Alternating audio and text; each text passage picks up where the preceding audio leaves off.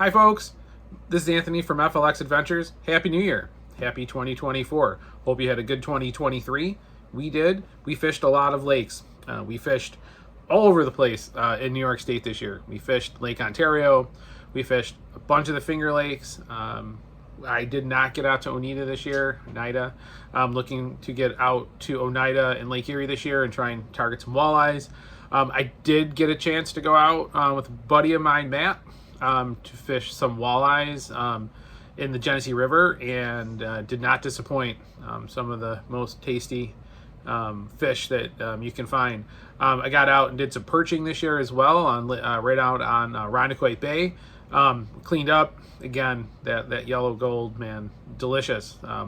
Maybe I'll post a recipe for some fish stew that I made with that haul. With the new year being upon us, 10 weeks away from right now, January 16th, brown trout season will be here before you know it. What I've been doing in the winter, as it's finally gotten a little colder, we're waiting for the ice to form. I got my rods and reels ready for brown trout season, right? April means browns and spring kings. And I fish Lake Ontario a lot. I can almost see it from my house. I live in Lake Ontario.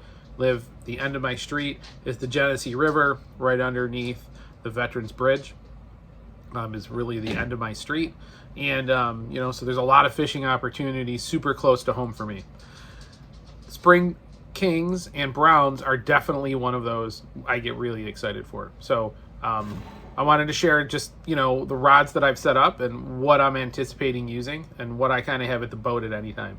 So really at any time, I got 12 rods for browns, right? Depending on how many people you have in the boat, 3 rods per person, right? You can put out things accordingly. Got 2 diver rods, 2 mono rods, 3 lead core rods, and 3 weighted steel rods. Specifically, right, I got my Chinook and my slide diver light bite. I got my 4 monos that I can throw on a snap weight, but I really like putting on split shots, running a split shot rig instead. Snap weights are great. I just find they get tangled because they kind of hang, and when things kind of come over, they kind of tangle with stuff.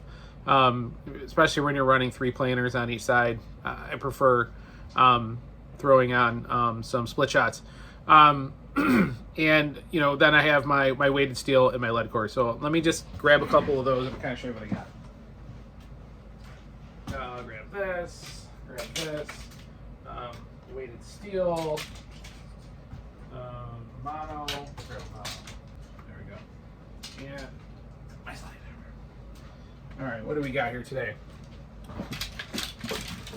All right, pulled up slide diver.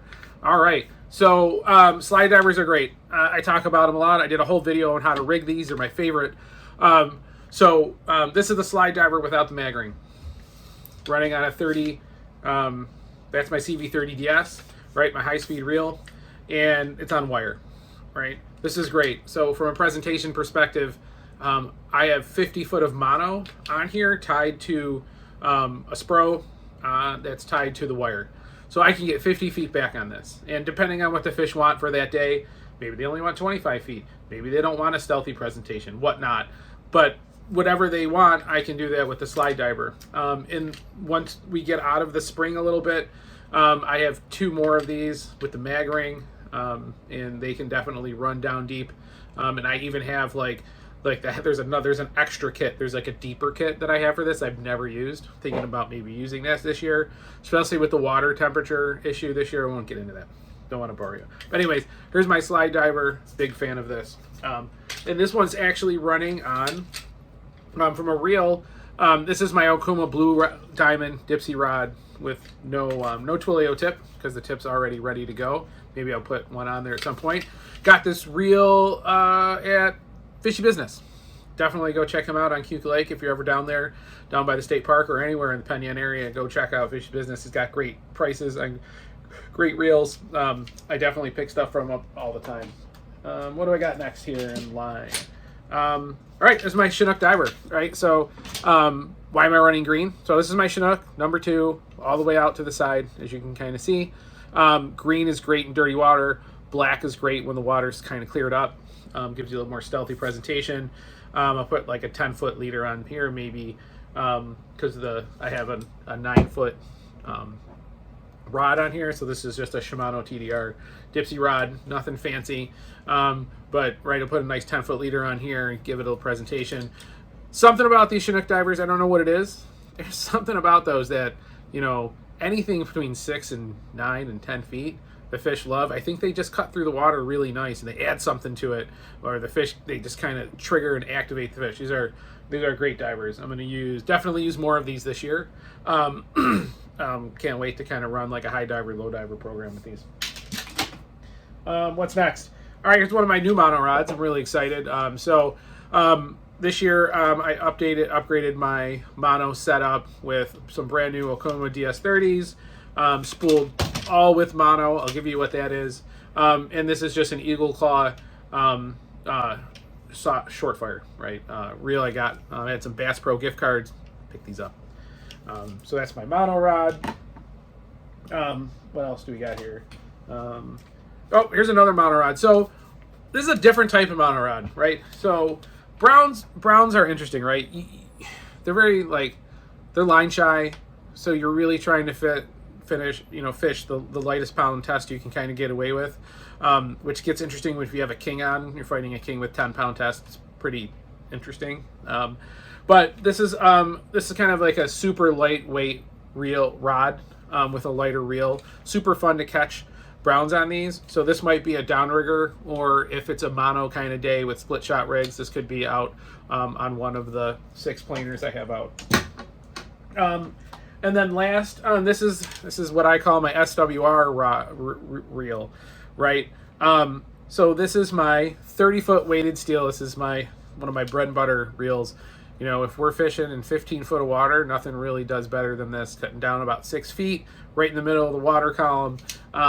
And I don't know, it's something about weighted steel over lead core. Sometimes it just does the trick. I catch a lot of fish on these.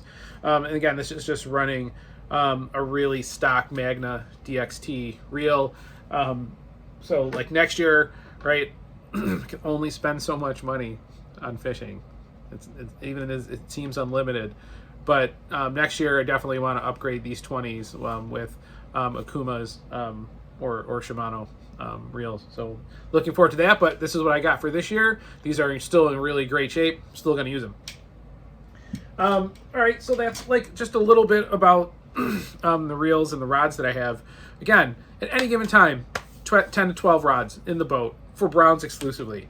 You get 4 guys in the boat, right? You can fish 12 rods. That's a lot to manage, but it could be a super fun day, especially if you got a lot of guys helping out.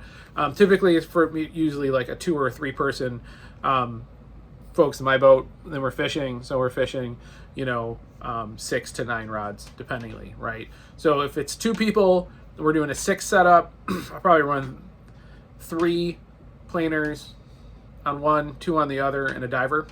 If it's 3 guys, then I'm running 2 divers, and then the 3's out. So that's what I'm doing. All right.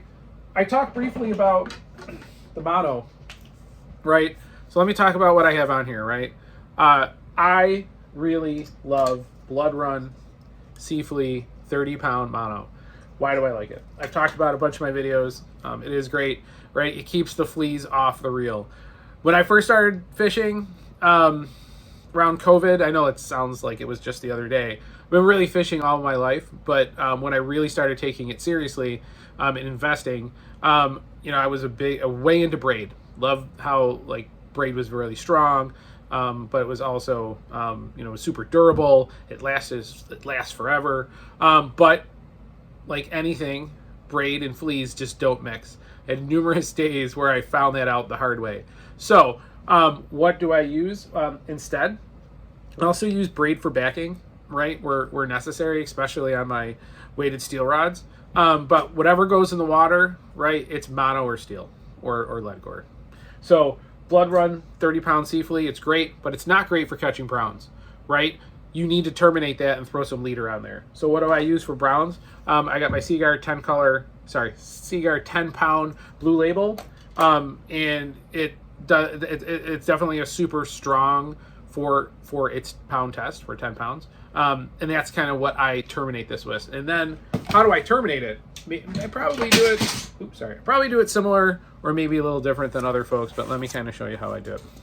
All right.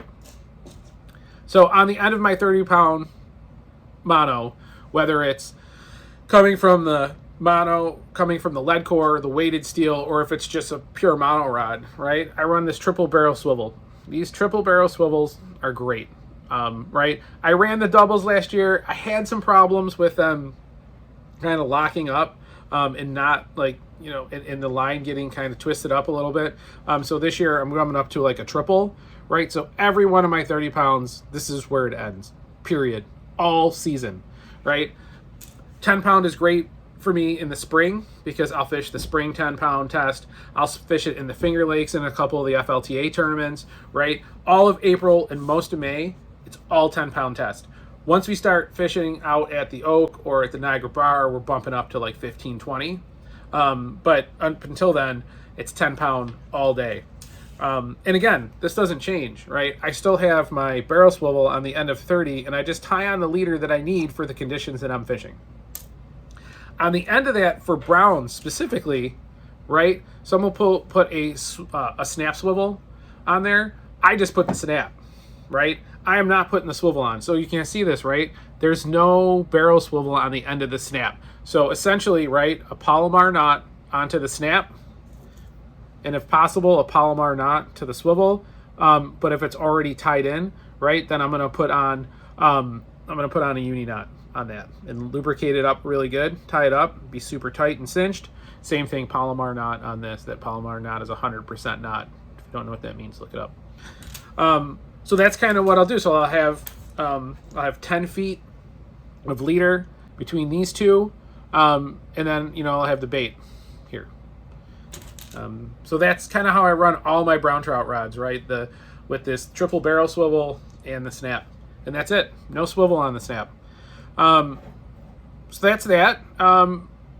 If you have any questions, you know, you can always reach out to me on my YouTube channel or my Instagram, or if you want to even email me, you can do that as well. adasalvo@gmail. Ask me a question. I'm all over Lake Ontario United. There's a couple posts that are popular that I put out there. I'll post this one on there as well. Last, just to wrap up, again, Happy New Year, everybody. There is if you're looking for a fishing show to go to, there's 2 of them coming up. The one I'm most excited about first is the FLTA, the Finger Lakes Troller Association, fishing show, Sunday, March 24th. That's Sunday, March 24th from 8 a.m. to 1 p.m. in Watkins Glen at Clute Park. Go check them out. It's one of my favorite shows. Spend way too much money at that show. I think Fishy Business will be there this year, so if you need anything from him, order it ahead of time. He'll bring it down for you. So I know he's got a lot of really good stuff in his showroom still that he's going to bring. I'm hoping to get another reel and a rod from him. The other one that's coming up is really, right, it's the super one. You probably already heard of it. It's the Niagara Fishing Expo. I'll be there Friday. I leave to go on vacation on Saturday with my family, so I won't be there that week, but I want to go to Friday. There's some great seminars. Got to go check them out. It's the Niagara Fishing Expo in Niagara Falls.